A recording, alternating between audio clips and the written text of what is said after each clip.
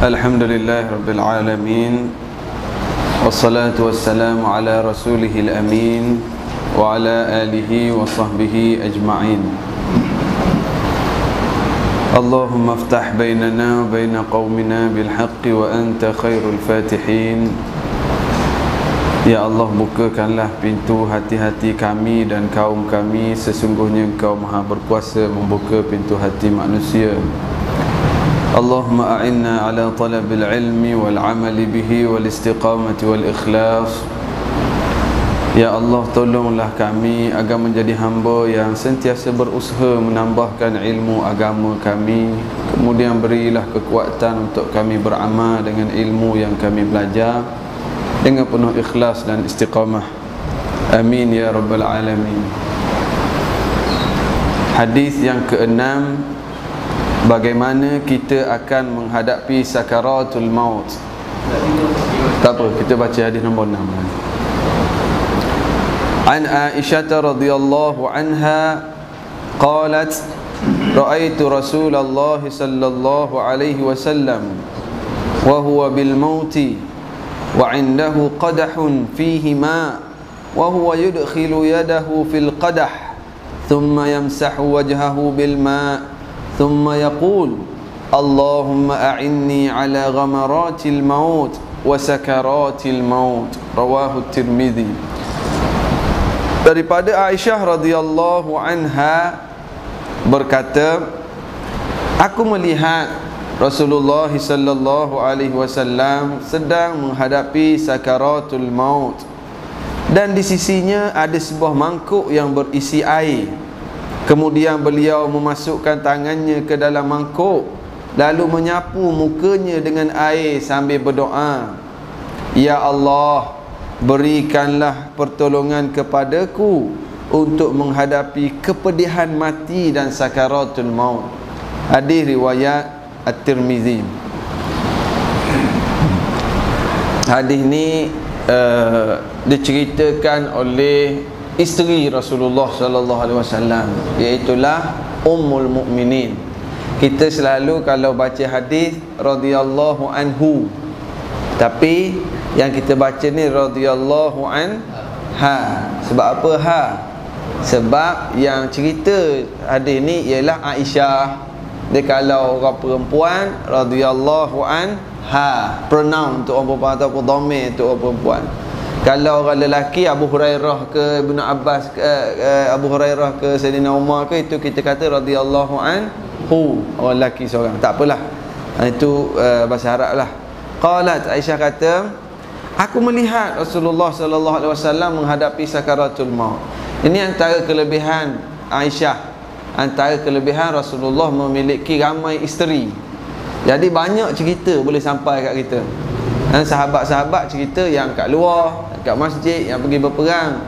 Jadi banyak cerita-cerita dalam bilik, cerita dalam rumah, cerita-cerita yang privacy. Ini isteri-isteri Rasulullah yang meriwayatkan cerita kat orang. Itu kelebihan lah, ada 1-2 isteri tu. Sebab itulah saya ingat masa saya belajar kat Yaman dulu, syekh-syekh, orang-orang alim, ulama-ulama, dia orang kalau seorang isteri aib. Ini tok-tok syekh lah, tok-tok guru. Kalau ada seorang isteri, satu perkara yang aib, dia ada 2-3 untuk dia ceritalah tentang tok-tok guru ni. Ustaz tak layak lagi. Tuan imam tadi mungkin layak kot kan. Jadi dia untuk meriwayatkan. Jadi kita kata tentang Rasulullah lah, kita ambil secara khusus. Isteri-isteri Aisyah, isteri yang paling muda.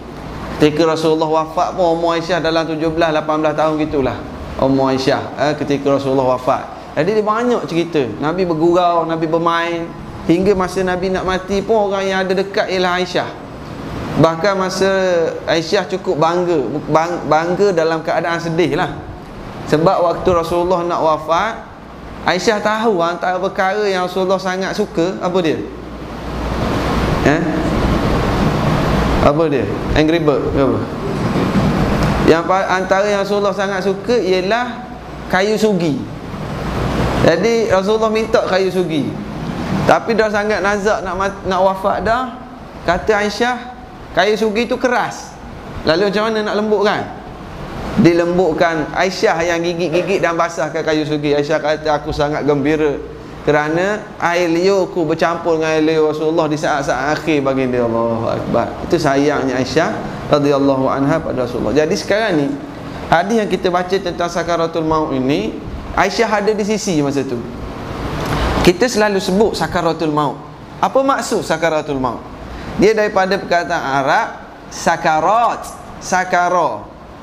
Sakara ni asal makna Arab ni mabuk. Mabuk. Ada ayat Quran kata la taqrabus salah wa antum sukara. Jangan kamu dekati solat dalam keadaan kamu mabuk. Sukara mabuk. Kalau sukari itu gula. Bahasa Arab memanglah baris sikit lagi dia jadi tukar makna. Kan? Sakarat itu mabuk. Kalau sukari manis ataupun gula. Bahasa Arab gitulah. Dia tak boleh kita lari bahasa, lari baris, lari huruf, dia berbeza makna dia. Tak apalah tu. Jadi sakarat asalnya mabuk. Sakaratul maut ialah orang yang sakit nak mati, keadaan dia tu macam mabuk dah. Macam sedar tak sedar lagi keadaan orang nak mati. Jadi Aisyah cerita masa Nabi dalam keadaan sakit nak mati, disediakan bekas air. Memang kita kalau orang nak mati, kita sediakan air, sama ada untuk dia minum. Rasulullah sendiri dia kata apa sini? Wa indahu qadahum fihi ma wa huwa yudkhilu yadahu. Kat bekas air tadi, Rasulullah masukkan tangan dia dalam air, dalam bekas air, basahkan tangan, summa yamsahu wajhah. Kemudian Rasulullah ambil air tadi, basahkan wajah baginda. Basahkan wajah baginda sendiri. Maksudnya baik kalau ada orang dalam keadaan sakit nak mati, kita sediakan air. Tak payahlah kita pergi curah air kat dia. Sebab cuma Rasulullah ni dalam keadaan dia sakaratul maut, dalam keadaan sakit, baginda ambil air, celup dan sapukan di wajah baginda sendiri. Ini baiklah, kau boleh buat. Wa huwa yamsahu wajhahu bil ma', dia sapu mukanya.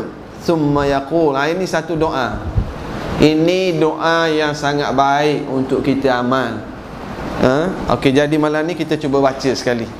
Kalau boleh, kita apa-apa saja yang kita belajar, terutamanya hadis. Kalau kita belajar hadis, kita jumpa satu-satu perkara yang Nabi buat, terus kita buat. Sekurang-kurangnya sekali pernah kita buat, sekurang-kurangnya. Bila kita belajar hadis macam itulah, ada satu doa yang Nabi ajar, kita cuba. Kalau boleh amal banyak, lagi baik. Sekurang-kurangnya kita dah min ahli hadzal amal, kita jadi ahli amalan ini. Doa dia saya baca, kemudian sila ikut. Yang ada buku, tengok di buku tu. Allahumma a'inni ala ghamaratil maut wa sakaratil maut. Itu doa yang Nabi sendiri baca. Nabi baca, ya Allah, berikanlah kepadaku pertolongan untuk menghadapi kepedihan mati dan sakaratul maut, dalam keadaan mabuk nak mati tu.